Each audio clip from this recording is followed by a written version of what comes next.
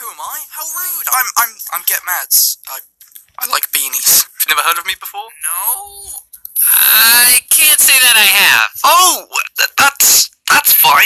What's your name? It's Ryan, or Rye Guy. Well then, Ryan, you know what to do. So you gotta slap that like button, hit notifications, and make sure you subscribe to the Rye Guy Rocky channel. Dude, are you serious? Come on. That is gonna be the worst channel plug I've ever heard from anyone. It sounds as if it belongs in a YouTube video. Ryan, get back in character. Everyone's gonna think this is a bit strange. What the gravy is going on? How do I get out of this place? By finishing the video? Oh, yeah, that actually makes a lot of sense. Well, that sounds easy enough. So, what's in today's video? An animated episode or something?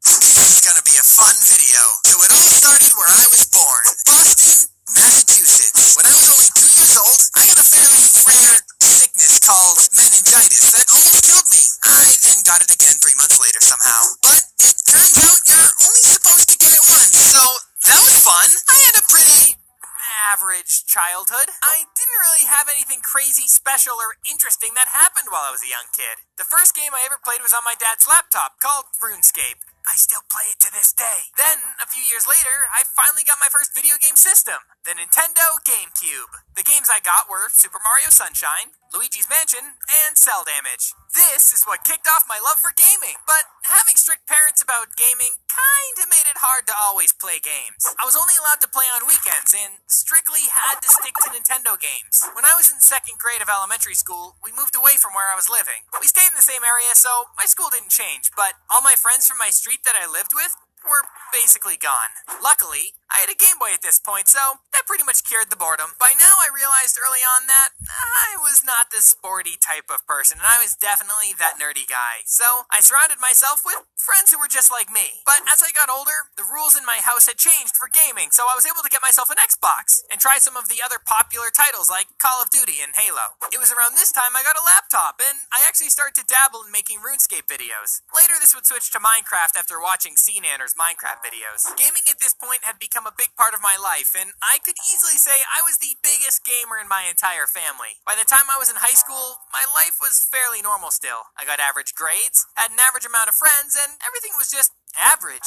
The only thing that was wrong was my mom and I started to fight a lot. She doesn't understand technology, so the idea of me wanting to make videos, have online friends, etc., that didn't really work with her. It would cause us to fight a lot up until I left for college. There were days where I felt like she didn't even care about me anymore. Obviously, this wasn't true, as I would learn later in life, but at the time, it's just how I felt. By junior year of high school, however, people started finding out about my YouTube channel. It wasn't very big back then, and it kind of became a joke among a lot of the students, with even some teachers getting involved in the joke. I don't blame people for the joke. I never really told people it bothered me, so I guess there was really no way they could have known, but it did, because no one actually understood my passion for making videos. I never let this stop me, however. I had one goal in mind, and I wanted to prove everybody wrong. I went to college a year later and started going to school for business finance. Instead of people making fun of me for my channel, I'm sure any of you guys watching this who do YouTube have had similar experiences. But these guys accepted it, and were really cool about the whole thing. I'm still friends with these people today, because they made my short time at college really awesome. After a year and a half of college, I left to pursue YouTube. YouTube had started to pop off lately for me, so I wanted to take a risk because it was my dream to be a full-time YouTuber, and I'd been dreaming about it for years. I had a conversation with my parents about this change to pursue my dream.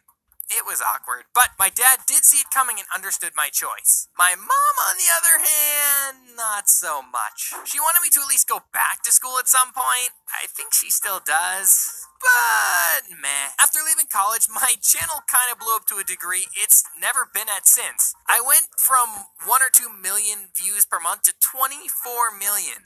This is kind of what made me realize I'd done it. I'd become a YouTuber. It was one of the happiest moments of my life. Being able to accomplish a dream like that, it's the best feeling ever. Things would continue to get better when a longtime YouTuber that I watched, Aviator Gaming, wanted to talk to me. We started talking with several others and formed a team called the Proper Idiots. It's still crazy to think that I work with the people I used to watch. As a team, we wanted to obviously get to know each other better first, so we all attended a convention in Galveston, Texas. This convention was amazing. I got to meet the people on the team and had one of the best weekends of my life. This is where things kinda get dark and serious, cause after such an amazing weekend, my amazing life would start to crumble before my eyes. A relative of mine made an attempt on their own life while I was at the convention. I came home that night to find no one was at the house. No notes, no nothing.